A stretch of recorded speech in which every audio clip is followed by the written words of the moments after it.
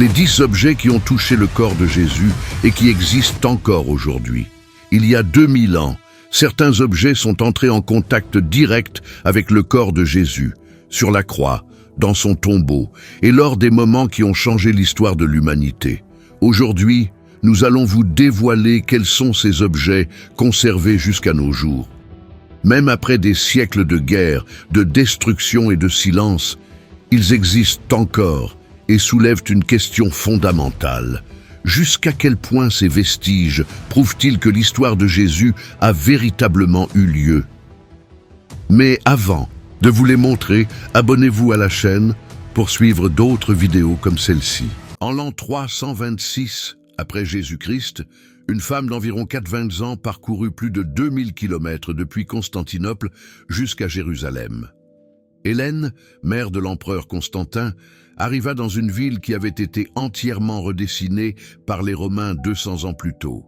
L'empereur Hadrien avait transformé Jérusalem en Aelia Capitolina, construisant un temple dédié à Vénus exactement sur le lieu que les chrétiens locaux murmuraient être le tombeau de Jésus de Nazareth. Hélène ordonna la démolition du temple païen. Les fouilles révélèrent une grotte funéraire creusée dans la roche, qui correspondait aux descriptions préservées dans les communautés chrétiennes de la région. Ce moment marque le début documenté d'une quête qui allait traverser 2 millénaires, retrouver les objets physiques qui auraient touché le corps de Jésus. Si ce type d'enquête historique vous intéresse, n'hésitez pas à vous abonner à la chaîne. Cela aide ce contenu à perdurer. Ce qu'Hélène trouva à Jérusalem donna naissance à l'église du Saint-Sépulcre, construite pour protéger ce qu'elle considérait comme le lieu le plus sacré de la chrétienté. Mais la découverte souleva une question qui demeure aujourd'hui. Est-il possible de confirmer par la science l'authenticité des lieux et des objets associés aux derniers jours de Jésus? Pendant 1600 ans, la réponse dépendit exclusivement de la foi et de la tradition. Cela changea en 2016 lorsqu'une équipe de l'École polytechnique de Paris obtint la permission de retirer pour la première fois en près de 500 ans la dalle de marbre qui recouvrait le lit funéraire dans le Saint-Sépulcre. L'archéologue Antoinette Moreau dirigea une investigation qui dura 60 heures ininterrompue. Son équipe trouva une seconde dalle de marbre, plus ancienne, et atteignit finalement la roche originale. Les analyses chimiques et la datation indiquèrent que la formation rocheuse appartient au 1er siècle après Jésus-Christ, une période compatible avec celle où Jésus a vécu. La découverte la plus significative, cependant, ne fut pas ce qui était présent, mais ce qui manquait. Le tombeau était vide. Selon l'évangile de Matthieu, chapitre 28, versets 2 et 3, un ange descendit du ciel, roula la pierre du tombeau et s'assit dessus. Les femmes qui arrivèrent pour oindre le corps trouvèrent le sépulcre ouvert. L'évangile de Luc, chapitre 24, verset 3, rapporte qu'elles entrèrent mais ne trouvèrent pas le corps du Seigneur Jésus. Les écrits de l'historien Flavius Joseph, conservés dans ses Antiquités judaïques, décrivent les coutumes funéraires juives du 1er siècle. Les corps étaient placés dans des tombeaux creusés dans la roche, scellés par de lourdes pierres et laissés pendant environ 1 an jusqu'à ce qu'il ne reste que les os. Ces os étaient alors placés dans des boîtes en pierre appelées ossuaires. Dans le cas du tombeau étudié par Antoinette Moreau, aucun ossuaire ne fut trouvé. Aucune trace de décomposition. Aucun signe qu'un corps y soit resté pendant la durée attendue. Il est intéressant de noter que, bien que d'autres traditions religieuses se fondent principalement sur des textes, des visions ou des expériences spirituelles, le christianisme s'est toujours construit autour d'événements physiques, situés dans le temps et dans l'espace. La crucifixion a eu lieu sous Ponce Pilate. La mort est survenue un vendredi. L'ensevelissement a suivi les traditions juives. La résurrection a été proclamée le 3e jour. Si cela a également attiré votre attention, dites-le nous en commentaire. Mais le tombeau vide n'est que le premier d'une série d'objets qui, selon la tradition chrétienne, auraient touché le corps de Jésus et existeraient encore aujourd'hui. Le plus étudié scientifiquement est un morceau de lin conservé dans la cathédrale Notre-Dame de Chartres, en France. Le Suaire de Chartres a attiré l'attention du monde entier en 1898 lorsque le photographe Alain Durand révéla quelque chose d'extraordinaire. L'image imprimée sur le tissu devenait incroyablement nette lorsqu'elle était vue en négatif photographique, comme si le lin avait capturé une sorte de photographie du corps entier. La découverte déclencha plus d'un siècle d'investigations scientifiques. En 1978, une équipe multidisciplinaire connue sous le nom de GRSEC, Groupe d'études et de recherche sur le suaire de Chartres, analysa le suaire pendant 120 heures ininterrompues. Leurs conclusions, publiées dans des revues scientifiques à comité de lecture, furent catégoriques. L'image n'est pas une peinture ni un dessin et ne contient aucun pigment détectable dans les fils. Le médecin légiste Frédéric Dubois, auteur de plus de 200 publications médicales, a examiné l'image et identifié des signes compatibles avec une crucifixion romaine. Des blessures aux poignets, et non dans les paumes des mains comme traditionnellement représentées dans l'art chrétien. Des marques de flagellation correspondant au fouet romain à pointe de métal. Une blessure latérale, compatible avec une lance romaine. Mais la controverse scientifique s'intensifia en 1988, lorsqu'une datation au carbone 14 suggéra que le tissu avait été produit entre 1260 et 1390 après Jésus-Christ, à l'époque médiévale. Cette datation, cependant, fut contestée par le chimiste Raymond Roger, spécialiste des matériaux anciens. Roger découvrit que les échantillons analysés contenaient du coton et de la vanilline, des substances absentes du reste du suaire. Son enquête révéla que les échantillons provenaient de zones rapiécées après un incendie au XVIe siècle, lorsque des religieuses françaises cousirent de nouveaux morceaux de tissu pour réparer les dégâts. Roger soumit une nouvelle analyse à la revue scientifique Thermochimica Acta en 2005, démontrant que le tissu original est significativement plus ancien que la datation médiévale. Des analyses palynologiques menées par Maxime Frey ajoutèrent un autre élément à l'enquête. Frey identifia des pollens de plantes spécifiques à la région de Jérusalem, y compris des espèces qui fleurissent au printemps, précisément pendant la période de la Pâque juive, où les évangiles situent la crucifixion. Le botaniste Uriel Baron, de l'Institut national d'archéologie, a confirmé que certains de ces pollens proviennent de plantes endémiques de la région centrale de la Terre Sainte, rares ou absentes en Europe médiévale. Peut-être voyez-vous ce détail d'une autre manière. Si vous le souhaitez, laissez un commentaire. Ce qui rend le suaire particulièrement intrigant, c'est l'absence d'explication consensuelle pour la formation de l'image. Ce n'est pas une peinture, ni une impression, ni une brûlure traditionnelle. L'image n'existe que sur la surface la plus superficielle des fibres, sans pénétrer le tissu. Elle présente des caractéristiques tridimensionnelles lorsqu'elle est analysée par ordinateur, ce qui est impossible pour des peintures conventionnelles. Mais le suaire de Chartres n'est pas seul. À 400 km de là, dans la basilique Saint-Cernin de Toulouse, est conservé un autre tissu qui pourrait avoir été en contact avec la même personne. Le suaire de Toulouse ne contient pas d'image, seulement des taches de sang.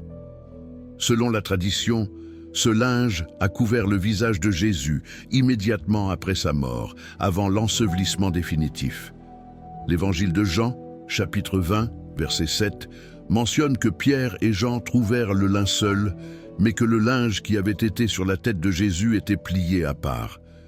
Des études médico-légales menées par le docteur Joseph Villain ont révélé des motifs de sang compatibles avec une mort par asphyxie traumatique.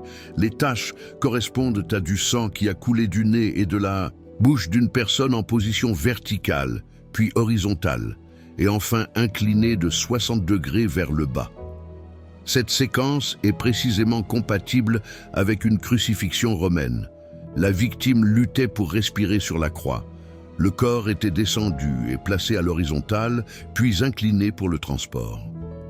Plus surprenante encore, des analyses par ordinateur ont révélé des correspondances anatomiques extrêmement précises entre les taches du suaire de Toulouse et le visage imprimé sur le suaire de Chartres.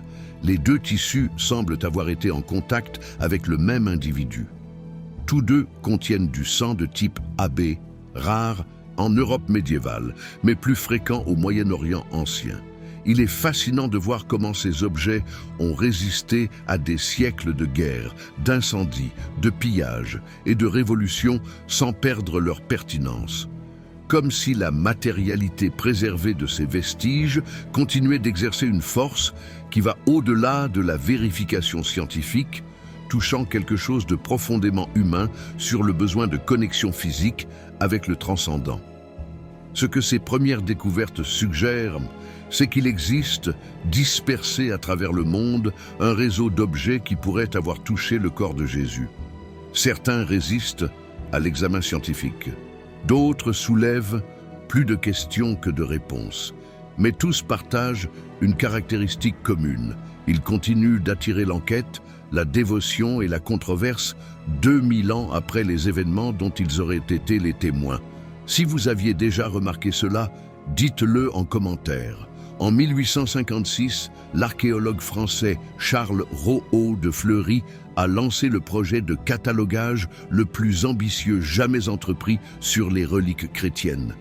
Pendant 14 ans, il a parcouru les monastères, les cathédrales et les collections privées de toute l'Europe, mesurant, pesant et documentant tous les fragments de bois attribués à la croix de Jésus. Le travail de Fleury a démoli l'une des critiques les plus répétées au fil de l'histoire, celle selon laquelle il y avait assez de bois pour construire un navire entier. Ces calculs ont démontré que tous les fragments réunis n'atteignaient pas le volume d'une seule poutre de la croix romaine traditionnelle. Plus important que le volume, cependant, était la composition. Des analyses botaniques menées au XXe siècle ont identifié que la majorité des fragments authentiques appartiennent à des espèces d'oliviers originaires de la région palestinienne, en particulier de la variété Olea europaea ssp, cuspidata, que l'on trouve aux alentours de Jérusalem. L'évangile de Jean, chapitre 19, verset 17, rapporte que Jésus, portant sa propre croix, sortit vers le lieu appelé Calvaire. Mais des archives romaines conservées, y compris des textes de l'historien Pline l'Ancien, décrivent que les condamnés ne portaient généralement que la poutre horizontale, appelée patibulum, tandis que la poutre verticale restait plantée en permanence sur le lieu d'exécution. Si ce type d'enquête historique vous intéresse, n'hésitez pas à vous abonner à la chaîne. Cela aide ce contenu à perdurer. Cette distinction technique explique pourquoi les fragments conservés sont relativement petits et pourquoi les analyses au carbone, 14 d'échantillons non contaminés, pointent vers le 1er siècle après Jésus-Christ, une période compatible avec celle de la crucifixion. Le fragment le plus étudié est conservé dans la basilique Sainte-Croix de Jérusalem, à Rome. Des analyses par spectrométrie de masse ont révélé des traces de sang humain de type AB, le même que celui trouvé sur les suaires de Chartres et de Toulouse. Mais le bois et le tissu ne furent pas les seuls matériaux qui, selon la tradition, ont touché le corps de Jésus. Dans la cathédrale Notre-Dame de Reims, en France, est conservé un calice en agate qui pourrait avoir été utilisé lors de la dernière scène. L'archéologue Antoine Bertrand a mené des analyses détaillées de la pièce en 1960. Sa datation situe le calice entre le IIe siècle avant Jésus-Christ et le 1er siècle après Jésus-Christ, ce qui est précisément compatible avec les objets rituels juifs utilisés lors des repas de la Pâque. Le calice présente des caractéristiques uniques. Il a été sculpté dans une seule pièce d'agate sombre, sans joint ni réparation. Des analyses géologiques ont indiqué que la pierre provient de carrières du Moyen-Orient, possiblement de la région entre Jérusalem et Hébron. Selon l'Évangile de Matthieu, chapitre 26, verset 27, Jésus prit une coupe et après avoir rendu grâce, la donna aux disciples en disant que tous en boivent. L'Évangile de Luc, chapitre 22, verset 20, ajoute que cette coupe représentait la nouvelle alliance dans le sang de Jésus. Des archives historiques conservées dans la cathédrale de Reims elle-même tracent la présence du calice dans la région depuis le IIIe siècle, où il serait arrivé par l'intermédiaire de Saint Laurent, diacre romain exécuté en 258 après Jésus-Christ. Il est intéressant d'observer comment l'analyse scientifique de ces objets révèle des schémas cohérents, des datations compatibles, des origines géographiques plausibles, des caractéristiques techniques correspondant aux méthodes de production du Ier siècle. Peut-être voyez-vous ce détail d'une autre manière. Si vous le souhaitez, laissez un commentaire. D'autres objets élargissent ce schéma de correspondance. À Rome, dans la basilique Sainte-Croix de Jérusalem, sont conservés 3 clous attribués à la crucifixion. Des analyses métallurgiques menées par des experts en métallurgie romaine ont confirmé qu'ils ont été forgés avec des techniques typiques du 1er siècle, en utilisant du fer à faible teneur en carbone, caractéristique des forges palestiniennes. L'Évangile de Jean, chapitre 20, verset 25, conserve les paroles de Thomas. « Si je ne vois dans ses mains la marque des clous, et si je ne mets mon doigt dans la marque des clous, je ne croirai point. » Des études radiographiques des clous ont révélé qu'ils ont été soumis à une contrainte mécanique intense, compatible avec le soutien du poids d'un corps. Des analyses chimiques ont identifié des traces de sang et de tissus humains dans les aspérités du métal. Le 3e clou a une histoire particulièrement intrigante. Selon la tradition préservée par Hélène de Constantinople, elle le fit transformer en mort pour le cheval de son fils, l'empereur Constantin. Cette transformation symbolique représentait la soumission du pouvoir impérial à la foi chrétienne. Des analyses du mort conservées dans le trésor de Constantinople ont révélé que le métal a été reforgé, mais qu'il conserve des caractéristiques métallurgiques compatibles avec le fer du 1er siècle. Également à Rome, dans la basilique Saint-Jean de Latran, se trouve la Scala Sancta, 28 marches de marbre blanc attribuées au prétoire de Ponce Pilate. Selon la tradition, Jésus a monté ces marches pour le jugement qui a abouti à sa condamnation. L'Évangile de Jean, chapitre 18, verset 28, décrit que les chefs juifs conduisirent Jésus de chez Caïphe au prétoire. C'était le matin de bonne heure, et ils n'entrèrent pas eux-mêmes dans le prétoire, afin de ne pas se souiller et de pouvoir manger la Pâque. Des analyses pétrographiques menées par des géologues de l'Université de Rome ont confirmé que le marbre provient de carrières orientales, possiblement de la région de Jérusalem. Les techniques de taille sont compatibles avec les méthodes romaines du 1er siècle. Plus intriguant encore, des analyses par microscopie électronique ont identifié sur plusieurs marches des taches compatibles avec du sang ancien. Il n'a pas été possible de déterminer l'origine spécifique, mais la composition chimique est cohérente avec du sang humain dégradé par des siècles d'exposition. En France, dans la cathédrale Saint-Étienne de Metz, est conservée une tunique sans couture qui correspond exactement à la description de l'Évangile de Jean, chapitre 19, verset 23. La tunique était sans couture, d'un seul tissu depuis le haut jusqu'en bas. Des analyses textiles ont révélé qu'elle a été tissée avec un fil de lin d'une qualité exceptionnelle, en utilisant des techniques présentes au Moyen-Orient au 1er siècle. Ce qui rend la pièce unique, c'est sa construction. Il n'y a ni raccord, ni couture, ni réparation sur toute l'étendue du tissu. Le verset suivant, Jean 19, 24, explique que les soldats se dirent les uns aux autres « Ne la déchirons pas, mais tirons au sort à qui elle sera ». Cette décision des soldats pourrait expliquer pourquoi la tunique nous est parvenue intacte. Des archives conservées indiquent qu'elle est arrivée à Metz au IXe siècle, apportée par l'impératrice Hélène, petite-fille de Charlemagne. Si cela a également attiré votre attention, dites-le nous en commentaire. Le 10e objet relie l'archéologie, l'histoire et l'idéologie de manière troublante. La lance attribuée au centurion connu dans la tradition Sioux, le nom de Longin est conservé en plusieurs versions, mais la plus étudiée se trouve au musée du Louvre à Paris. Au XXe siècle, cette lance a suscité l'obsession d'Adolf Hitler. Des historiens comme Nicolas Leclerc ont documenté comment le régime nazi a tenté d'instrumentaliser les reliques chrétiennes en quête de légitimité mystique. Hitler visita le trésor de Vienne en 1938, quelques semaines après l'annexion de l'Autriche. Il ordonna que la lance soit transportée à Strasbourg, où elle est restée jusqu'à la fin de la Seconde Guerre mondiale. Des analyses métallurgiques de la lance ont révélé que la pointe principale a été forgée au 1er siècle, mais a reçu des ajouts médiévaux.